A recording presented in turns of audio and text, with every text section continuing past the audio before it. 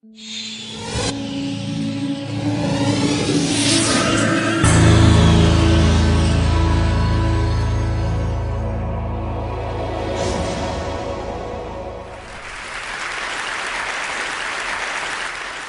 is Tim Ferris, circa 1979 AD, age 2. You can tell by the power squat, I was a very confident boy. And not without reason. I had a very charming routine at the time, which was to wait until late into the evening when my parents were decompressing from a hard day's work, doing their crossword puzzles, watching television. I would run into the living room, jump up on the couch, rip the cushions off, throw them on the floor, scream at the top of my lungs, and run out. Because I was the Incredible Hulk. Obviously, you see the resemblance. And this routine went on for some time. When I was 7, I went to summer camp. My parents found it necessary for peace of mind. And at noon each day, the campers would go to a pond where they had floating docks, and you could jump off the end into the deep end. I was born premature. I was always very small. My left lung had collapsed when I was born, and I've always had buoyancy problems, so water was something that scared me to begin with. But I would go in on occasion.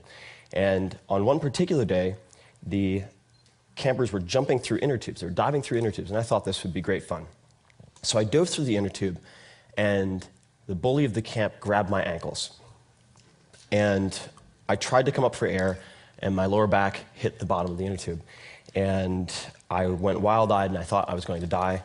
And the camp counselor fortunately came over, separated us, and from that point onward, I was terrified of swimming. And that is something that I did not get over. And my inability to swim has been one of my greatest humiliations and embarrassments. And that is when I realized that I was not the Incredible Hulk. But there's a happy ending to this story.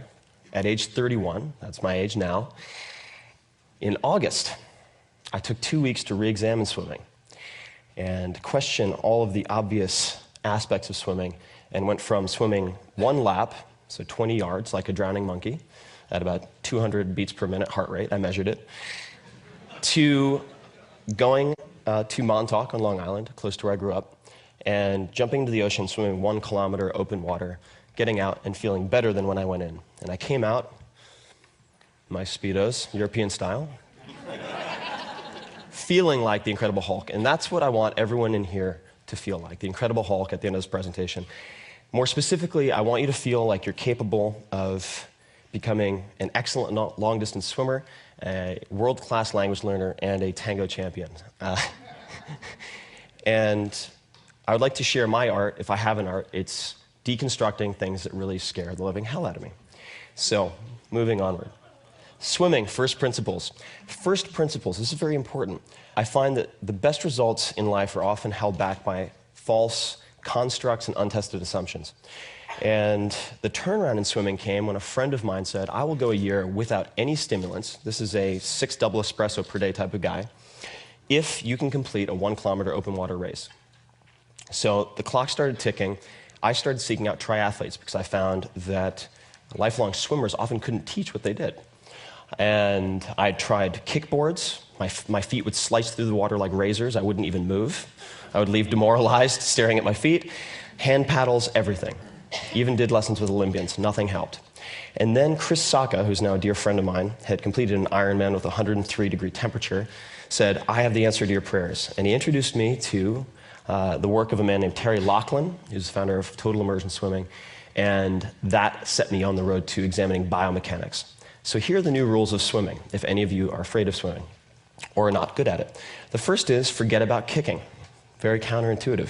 So it turns out that propulsion isn't really the problem. Kicking harder doesn't solve the problem because the average swimmer only transfers about 3% of their energy expenditure into forward motion. The problem is hydrodynamics. So what you want to focus on instead is allowing your lower body to draft behind your upper body, much like a small car behind a big car on the highway. And you do that by maintaining a horizontal body position. The only way you can do that is to not swim on top of the water. The body's denser than water. 95% of it would be, at least, submerged naturally. So you end up, number 3, not swimming in the case of freestyle on your stomach, as many people think, reaching on top of the water, but actually rotating from streamline right to streamline left, maintaining that fuselage position as long as possible. So let's look at some examples. This is Terry, and you can see that he's extending his right arm below his head and far in front, and his entire body really is underwater. And the arm is extended below the head is held in line with the spine, so that you use strategic water pressure to raise your legs up. Very important, especially for people with lower body fat. And then here's an example of the stroke. So you don't kick, but you do use a small flick. So you can see this is the left extension, and then you see his left leg, small flick, and the only purpose of that is to rotate his hips so he can get to the opposite side. And the entry point for his right hand, notice this, he's not reaching in front and catching the water. Rather, he is entering the water at a 45-degree angle with his forearm, and then propelling himself by streamlining. Very important. Incorrect above, which is what almost every swimming coach will teach you. Not their fault, honestly, and I'll get to implicit versus explicit in a moment. And then below is what most swimmers will find enables them to do what I did, which is going from 21 strokes per 20-yard length to 11 strokes in 2 workouts with no coach, no video monitoring. And now I love swimming. I can't wait to go swimming. And I'll be doing a swimming lesson later for myself if anyone wants to join me. Last thing, breathing, problem a lot of us have, certainly, when you're swimming. In freestyle, easiest way to remedy this is to turn with body roll and just to look at your recovery hand as it enters the water. And that will get you very far. And that's it. That's really all you need to know. Languages, material versus method. I, like many people, came to the conclusion that I was terrible at languages. I suffered through Spanish for junior high, first year of high school, and the sum total of my knowledge was pretty much, ¿Dónde está el baño? And I wouldn't even catch the response. Sad state of affairs. Then I transferred to a different school, sophomore year, and I had a choice of other languages. And most of my friends were taking Japanese, so I thought, why not punish myself? I'll do Japanese. 6 months later, I had the chance to go to Japan. And my teachers assured me, they said, don't worry, you'll have Japanese language classes every day to help you cope. It'd be an amazing experience. My first overseas experience, in fact. So my parents encouraged me to do it. I left. I arrived in Tokyo, amazing. Couldn't believe I was on the other side of the world. Met my host family. Things went quite well, I think, all things considered. My first evening, before my first day of school, I said to my mother very politely, please wake me up at 8 a.m. So, 8時に起こしてください. But I didn't say 起こしてください. I said 8時に起こしてください. Pretty close. But I said, please rape me at 8 a.m. You've never seen a more confused Japanese woman. And I walked into school, and a teacher came up to me and handed me a piece of paper, and I couldn't read any of it. Hieroglyphics. It could have been because it was kanji, so Chinese characters adapted into the Japanese language. I asked him what this said, and he goes, okay. World history, calculus, 構文, traditional Japanese, and so on. And it came to me in waves. There had been something lost in translation. The Japanese classes were not Japanese instruction classes, per se. They were the normal high school curriculum for Japanese students. The other 4,999 students in the school who were Japanese, besides the American. And that's pretty much my response. And that set me on this panic-driven search for the perfect language method. I tried everything. I went to Kinokuniya. I tried every possible book, every possible CD. Nothing worked until I found this. This is the Joyo Kanji Hyo. This is a tablet, rather, or a poster of the 1,945 common use characters as determined by the Ministry of Education in 1981. Many of the publications in Japan limit themselves to these characters to facilitate literacy. Some are required to. And this became my holy grail, my Rosetta Stone. And as soon as I focused on this material, I took off. And I ended up being able to read Asahi Shimbun, Asahi newspaper, about 6 months later, so a total of 11 months later, and went from Japanese 1 to Japanese 6. I ended up doing translation work at age 16 when I returned to the US. And have continued to apply this material over method approach to close to a dozen languages now, someone who was terrible at languages, and at any given time, speak, read, and write 5 or 6. And this brings us to the point, which is, it's oftentimes what you do, not how you do it, that is the determining factor. This is the difference between being effective, doing the right things and being efficient, doing things well, whether or not they're important.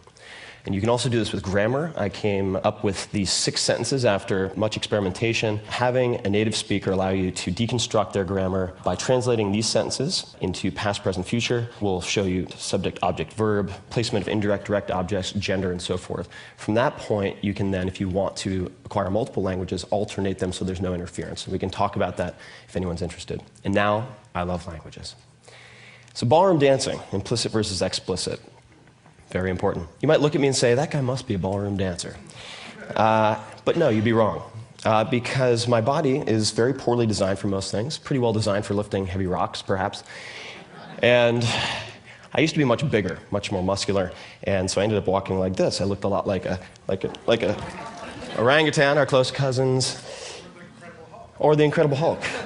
Not very good for ballroom dancing. I found myself in Argentina in 2005, decided to watch a tango class, had no intention of participating. Went in, paid my 10 pesos, walked up, 10 women, 2 guys, usually a good ratio. The instructor says, you are participating. Immediately, death sweat. Fight or flight, fear sweat, because I tried ballroom dancing in college, stepped on the girl's foot with my heel, she screamed. I was so concerned with her perception of what I was doing that it exploded in my face, never to return to the ballroom dancing club. She comes up, and this was her approach to teaching. Okay, come on, grab me. Gorgeous assistant instructor. She was very pissed off that I had pulled her from her advanced practice. So I did my best, didn't know where to put my hands, and she pulled back, threw down her arms, put them on her hips, turned around and yelled across the room, this guy's built like a goddamn mountain of muscle, and he's grabbing me like a fucking Frenchman. Which I found encouraging. Everyone burst into laughter. I was humiliated. She came back. She goes, come on, I don't have all day. As someone who wrestled since age 8, I proceeded to crush her, of mice and men style. And she looked up and said, now that's better. So I bought a month's worth of classes. And proceeded to look at, I wanted to set competition, so I'd have a deadline. Parkinson's law, the complexity, perceived complexity of a task will expand to fill the time you allot it. So I had a very short deadline for a competition. I got a female instructor first to teach me the female role, the follow, because I wanted to understand the sensitivities and abilities that the follow need to develop, so I wouldn't have a repeat of college. And then I took an inventory of the characteristics, along with her, of the capabilities and elements of different dancers who had won championships. And then I interviewed these people, because they all taught in Buenos Aires, and I compared the 2 lists. And what you find is that there's explicitly expertise they recommended, certain training methods, and then there were implicit commonalities that none of them seemed to be practicing. Now, the protectionism of Argentine dance teachers aside, I found this very interesting. So I decided to focus on 3 of those commonalities. Long steps, so a lot of milongueros, the tango dancers, will use very short steps, and I found that longer steps were much more elegant, so you can have, and you can do it in a very small space, in fact. Secondly, different types of pivots. Thirdly, variation in tempo. These seem to be the 3 areas that I could exploit to compete if I wanted to compete against people who've been practicing for 20 to 30 years. That photo is of the semifinals of the Buenos Aires Championships 4 months later. Then 1 month later, went to the World Championships, made it to the semifinal, and then set a world record following that 2 weeks later. I want you to see part of what I practiced. And I'm going to jump forward here. But this is the instructor that Alicia and I chose for the male lead. His name is Gabriel Misé, one of the most elegant dancers of his generation, known for his long steps and his tempo changes and his pivots. Alicia, in her own right, very famous. So I think you'll agree they look quite good together. Now, what I like about this video is it's actually a video of the first time they ever danced together because of his lead. He had a strong lead. And he didn't lead with his chest, which requires you to lean forward. I couldn't develop the attributes in my toes, the strength in my feet to do that. So he uses a lead that focuses on his shoulder girdle and his arm. So he can lift the woman to break her, for example, as just one benefit of that. So then we broke it down. This would be an example of one pivot. This is a back step pivot. There are many different types. and I have hundreds of hours of footage, all categorized, much like George Carlin categorized his comedy. So using my arch nemesis, Spanish, no less, to learn tango. So fear is your friend. Fear is an indicator. Sometimes it shows you what you shouldn't do. More often than not, it shows you exactly what you should do. And the best results that I've had in life, the most enjoyable times, have all been from asking a simple question: what's the worst that can happen? Especially with fears that you gained when you were a child. Take the analytical frameworks, the capabilities you have, apply them to old fears, apply them to very big dreams. And when I think of what I fear now, it's very simple. When I imagine my life, what my life would have been like, without the educational opportunities that I had, it makes me wonder. And I've spent the last 2 years trying to deconstruct the American public school system to either fix it or replace it, and have done experiments with about 50,000 students thus far, built, I'd say, about a half dozen schools with my readers at this point. And if any of you are interested in that, I would love to speak with you. I know nothing, I'm a beginner, but I ask a lot of questions, and I would love your advice. Thank you very much.